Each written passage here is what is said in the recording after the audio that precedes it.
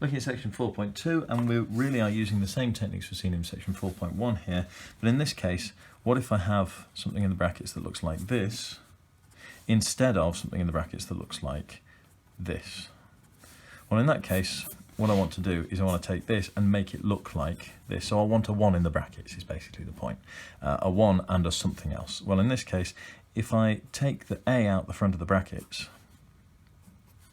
then I get 1 plus b over ax. And I can't just take the a out because everything's been raised to the power of n. So if I do that, a to the power of n times this bracket to the power of n, well, if you think about it, that's the same as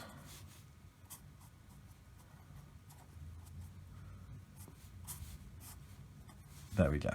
So we can write this like this, and this we can write like this.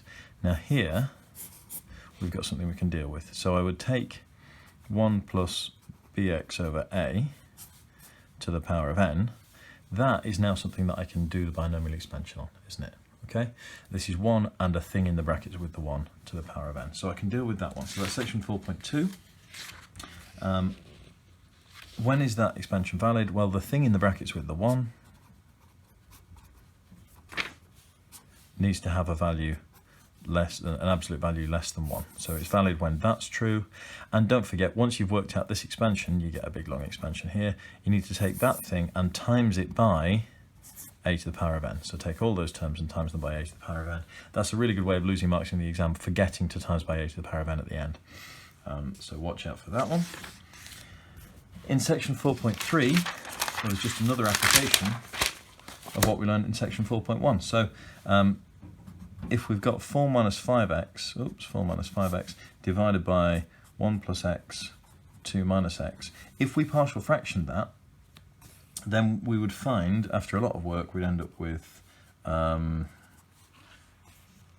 over 1 plus x minus 2 over 2 minus x. Okay, and if you want to see it, page 101 in the textbook, there's the example for you.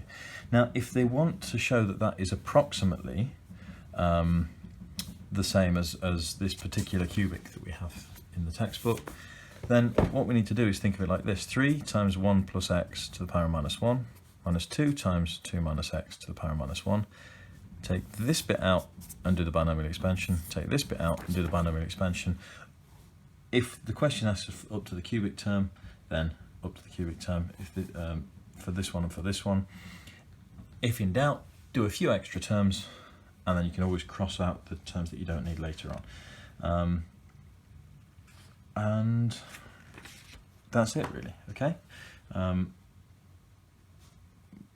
Using the idea that we've seen in year 12 on binomial, together with the ideas we've seen in section 4.1 of using this when the n is not a positive whole number, we can solve all the problems that we need. I'm not saying they're easy. You've got to fiddle around with them quite a bit, and you've got to do a lot of messy algebra, but really there is only one new idea mathematically in this chapter, and that is, what if that number up there on that set of brackets is not a positive whole number? If you can deal with that, you can do everything else. Good luck with chapter 4.